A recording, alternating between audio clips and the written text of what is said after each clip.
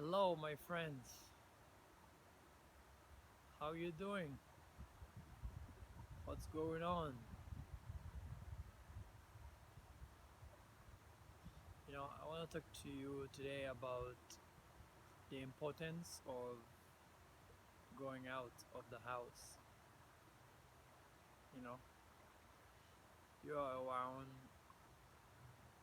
the walls, you know, around the furnitures, microwave, fridge, all the appliances and clothing and bedding, all the items that you have in your house, and you lock your door and you're inside.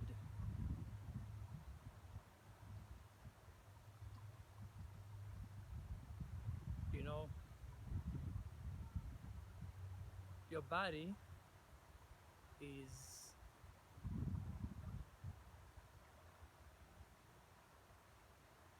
compatible to nature. Your body needs certain things that are in abundance in nature. You still have some nature in your bedroom, in your house, but the wind, the sun, the circulation, the air circulation might not be the same, in your house and if you're in nature.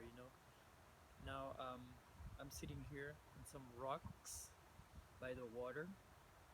You can hear the sound of the water in the background. Can you hear it?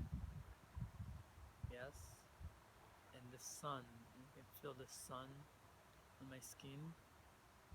Instead of taking a pill, a vitamin D pill, you can take some natural, vitamin D from the sun.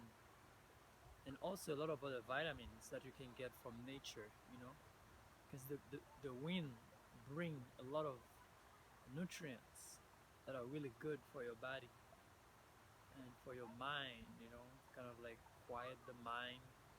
Listen to the birds. Can you hear the birds in the background? Can you hear the kids playing in the background? I don't know where they are, but yeah. Oh, it's beautiful.